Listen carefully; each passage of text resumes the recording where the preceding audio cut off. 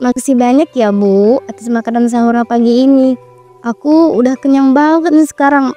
Aku mau masuk kamar dulu ya, mau tidur. Rina, kamu ini gimana sih? Kita kan baru tadi habis sahur. Masa iya udah mau tidur lagi? Ih, Bu, biarin lah. Lagian kan ini masih subuh. Aku ngantuk banget nih, pengen tidur. Aku tidur duluan ya Bu, bentar aja kok. Paling nanti bangun pas mau buka puasa. Dah. Enak banget hidup kamu ini ya. Tunggu aja kamu nanti. Pokoknya ibu gak mau tahu kalau nanti pagi kamu belum bangun juga.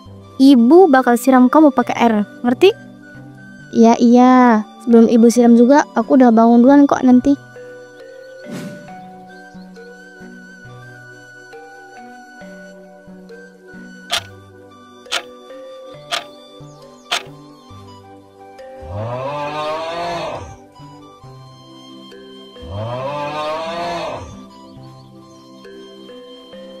Astagfirullahaladzim, belum bangun juga anak ini. Rina, bangun. Ayo cepetan bangun. Puasa ini bukan alasan buat tidur seharian. Orang lain tetap bekerja, tetap ibadah, tetap ngelakuin hal yang bermanfaat. Tapi kan Bu, tidur itu juga ibadah. Kalau aku tidur, gak mungkin ngegosip, gak mungkin marah-marah, gak mungkin bikin dosa. Jadi puasaku aman kan? Itu bukan ibadah, itu namanya cari alasan buat malas. Yang ada puasamu nanti jadi nggak berkah. Udah bangun, bantu ibu masak buat dagangan hari ini. Aduh Bu, masa pagi-pagi gini? Kan aku masih ngantuk. Ntar aja, kalau udah deket maghrib sekalian ngabuburit. Ngantuk mulu, ntar kebiasaan. Hidup itu harus ada manfaatnya Rina, jangan kebanyakan tidur. Tapi ini kan bulan puasa Bu, orang-orang juga banyak yang tiduran. Daripada aku keluar kepanasan, ntar malah haus. Puasa itu bukan alasan buat malas Rina. Kalau kamu terus begini, ntar kamu nyesel sendiri. Dengarlah kata ibu ini. Nyesel kenapa? Kan aku nggak ganggu siapa-siapa. Anak ini ya, keterlaluan banget ini rasa malasnya. Nanti kalau sakit baru tau rasa kamu.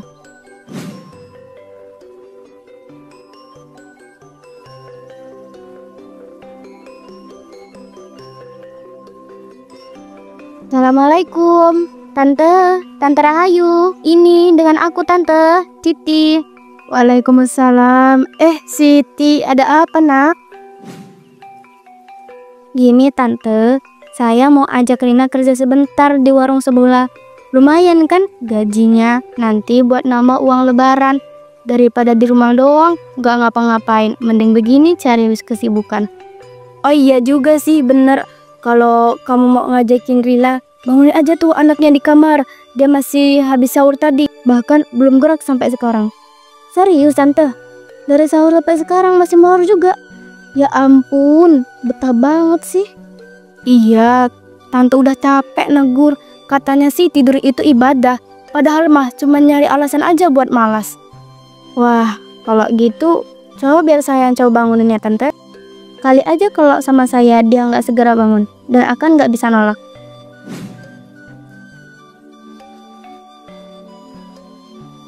Astagfirullahaladzim, banyak banget ini anaknya kayaknya.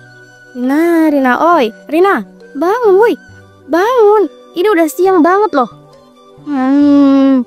Siti, kenapa sih Siti? Mau ngapain lo masuk kamar aku? Ganggu aja tau nggak? Oh, ngantuk banget nih. Bangun woi. Udah hampir masuk zuhur ini sekarang. Kamu kira ini masih subuh? Duh, Sit, kamu tuh ya, kerjaannya gangguin orang tidur mulu. Aku ini lagi menikmati tidur ibadah, tahu nggak? Tidur ibadah apaan? Orang lain tuh pada kerja, bantuin orang tua, nyari pahala. Lah kamu, molor aja kerjaannya. Udahlah Siti, aku nggak niat kerja. Capek-capek juga. Nanti pas buka tetap makan enak. Ngapain repot-repot?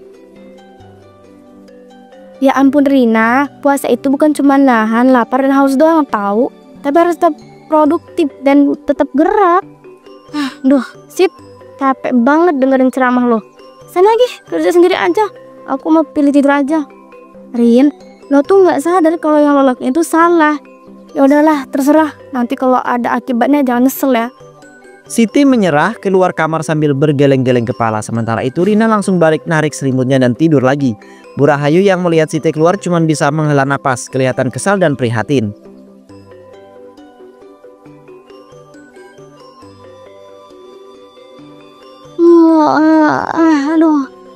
Aduh, kepala aku pusing banget. Badanku rasanya kayak habis digebuk-gebuk sama orang-orang. Bu, ibu, ada di mana? Aduh, perutku kenapa jadi sakit kayak gini sih? Sakit. Ada apa sih dengan perutku ini?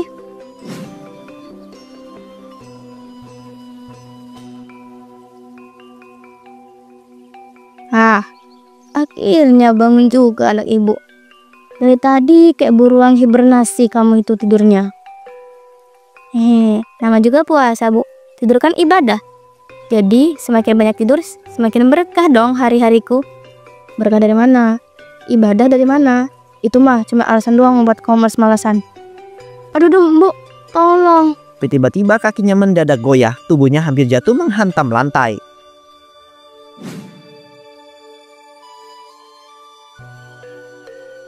Astagfirullahaladzim, Rina. Kamu kenapa, nak? Gak tahu, Bu. Kepalaku pusing. Badanku lemas banget. Tiba-tiba aja rasanya aku gelingan banget, pengen jatuh. Makanya jangan tidur seharian terus. Badan kamu kurang gerak, kurang asupan. Waktu sahur juga makan dikit banget. Gimana nggak lemes? Masa iya sih karena aku kebanyakan tidur? Perasaan dari tahun lalu sebelumnya juga aku nggak ngapa-ngapa. Apa bener ya kata ibu kalau aku itu terlalu malas? Pusing banget, kepalaku pusing banget, perutku juga mual. Rina kenapa ya mual-mual gitu di kamar? Rina.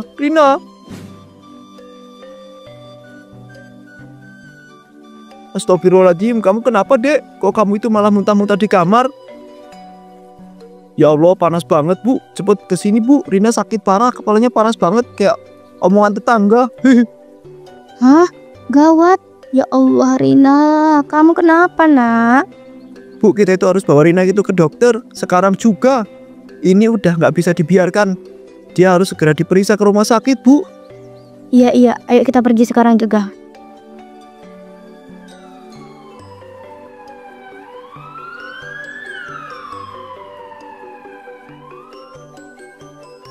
Bu, Mas, kondisinya Rina itu cukup parah.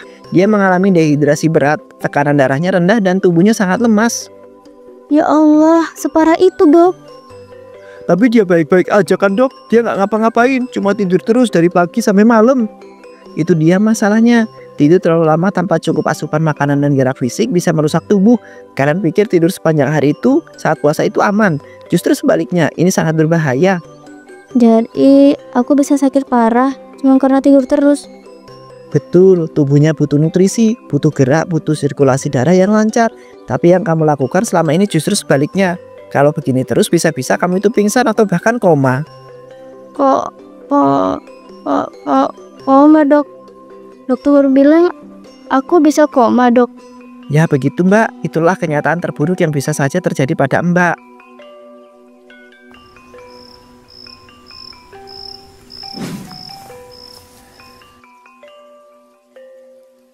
Rina, kamu sekarang sudah lihat sendiri kan akibatnya? Tidur seharian, malas gerak, gak jaga pola makan. Bukan cuma bikin pahala puasa kamu berkurang, tapi juga bikin badan kamu rusak. Aku gak nyangka bakal separah ini, Bu. Aku pikir aku tidur terus, puasa jadi gampang. Gak perlu ngerasain lapar, gak perlu capek. Gampang, kamu pikir puasa cuma soal nahan makan doang? Kamu tahu nggak? Kalau kita itu telat sedikit bawa kamu tuh ke klinik, mungkin sekarang kamu itu udah pingsan di rumah atau bahkan lebih parah dari itu. Iya, Mas. Aku sadar sekarang aku bodoh banget. Ibu gak pernah minta kamu kerja berat, Rin. Ibu cuma ingin kamu gak malas. Puasa itu bukan alasan buat tidur seharian. Minimal bantuin ibu di rumah, ikut sholat, ibadah yang benar, bukan cuma tiduran di kamar terus. Aku ngerti sekarang, Bu. Aku janji gak akan bakal malas lagi. Dengar ya Rina, hidup itu nggak semudah rebahan dan nungguin. Hidup itu nggak semudah rebahan dan nungguin semuanya datang sendiri. Kamu harus usaha, bahkan buat ibadah pun kita harus berjuang. Kalau kamu itu masih mikir puasa itu bisa dilalui dengan tidur doang, kamu itu nggak akan pernah paham arti sebenarnya. Aku nyesel, Mas. Aku beneran nyesel. Aku ngerasa bodoh banget. Gak ada gunanya nyesel kalau gak berubah, nak. Yang penting mulai sekarang kamu belajar dari kesalahan. Jangan ulangin lagi. Ya, Bu. Aku janji. Aku bakal berubah. Aku gak akan malas lagi.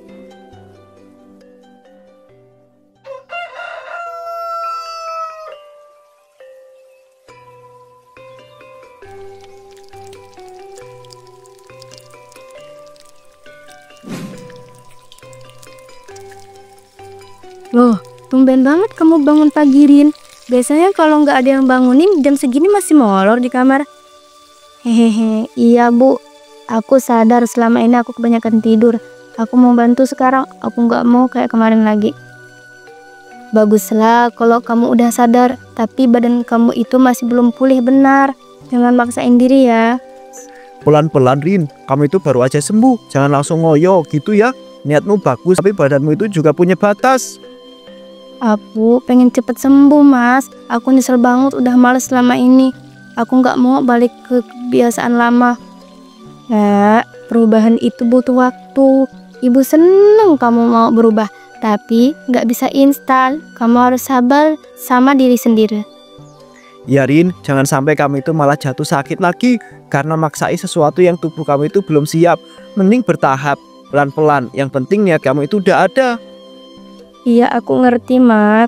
Aku bakal jalanin ini pelan-pelan. Aku cuman gak mau buang-buang waktu lagi. Nah, itu baru anak ibu. Yang penting pebisahannya terus jalan. Gak perlu buru-buru. Yang penting kamu udah mulai. Kalau kamu itu butuh bantuan, bilang saja. Jangan sok kuat, nanti malah makin repot. Siap, Mas. Aku bakal minta bantuan kalau memang butuh. Tapi tetap aku mau membuktiin kalau aku bisa berubah. Bu Rahayu dan Lukman tersenyum melihat semangat baru Rina. Meski jalannya masih panjang, mereka percaya Rina benar-benar ingin memperbaiki dirinya. Wah, Rina, kamu kelihatan beda banget sekarang. Lebih segar, lebih cerah. Kayaknya udah gak mas-masan lagi ya? Ya nih, gue dengar-dengar katanya kamu itu sekarang rajin bantuin di rumah. Beneran? Atau cuma hoax doang? Hehe, iya, aku beneran berubah.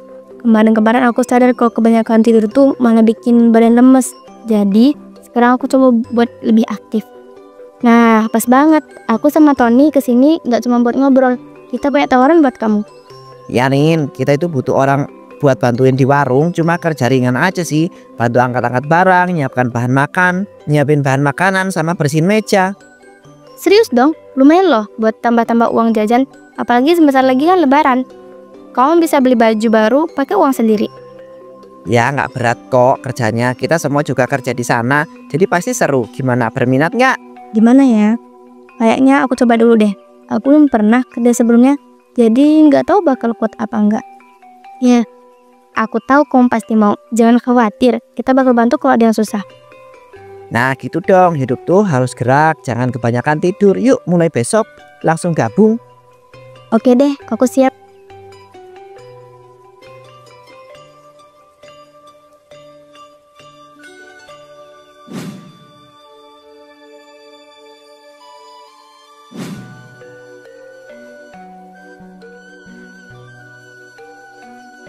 Kok kerja di warung gini capek banget ya?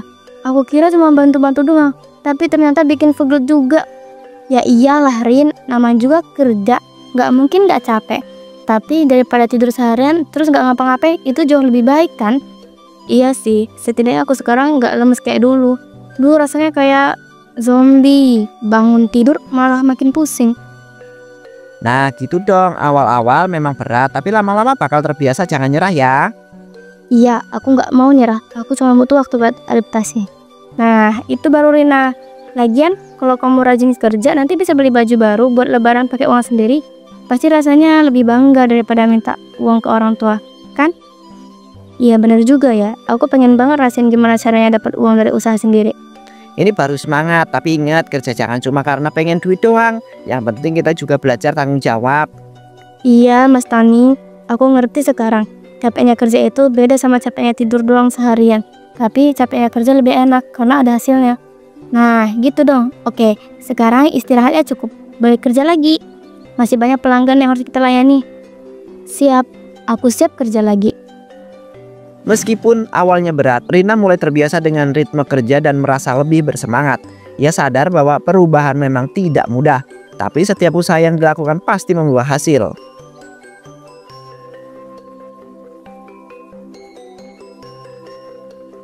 Aku nggak nyangka aku bakal bertahan sejauh ini. Dulu aku pikir bakal nyerah di tengah jalan, tapi ternyata aku bisa juga kerja beneran. Ya iyalah Rin, dulu kamu tiduran terus, sekarang malah kerja keras. Kalau dipikir-pikir ini kayak perubahan yang drastis banget loh. Iya, aku juga baru sadar. Aku belajar kalau puasa itu bukan alasan buat malas-malasan. Justru harusnya jadi momen buat kita cari pahala sebanyak-banyaknya. Nah, itu baru namanya perubahan. Orang-orang benar-benar berubah. Itu bukan yang cuma ngomong doang, tapi yang buktikan dengan tindakan. Dulu aku pikir kalau puasa itu yang enaknya tidur aja biar nggak ngerasa lapar. Tapi sekarang aku malah ngerasa lebih puas kalau bisa produktif. Lihat tuh Tony, anak yang dulu males banget sampai dikira hantu kasur. Sekarang malah jadi pekerja keras. Siapa sangka ya? Ya sih, kalau nggak mengalami sendiri, aku juga susah percaya. Tapi aku salut Rin, kamu beneran buktikan kalau kamu itu bisa berubah. Aku bersyukur banget punya kalian. Kalau nggak karena kalian maksa aku kerja di warung, mungkin aku masih jadi manusia kasur sampai sekarang. Ya, itu baru yang namanya sahabat. Sahabat sejati itu ya nyebelin, tapi ujung-ujungnya bikin kita jadi lebih enak. Nah, sekarang tinggal satu langkah lagi. Besok kita tutup warung lebih awal. Terus beli baju lebaran, pakai hasil kerja kita sendiri. Gimana, setuju? Mereka bertiga tertawa bersama. Ramadan tahun itu terasa sangat berbeda bagi Rina. Ia menyadari bahwa perubahan memang tidaklah mudah. Tetapi dengan tekad dan dukungan orang-orang di sekitarnya, ia bisa menjadi pribadi yang lebih baik.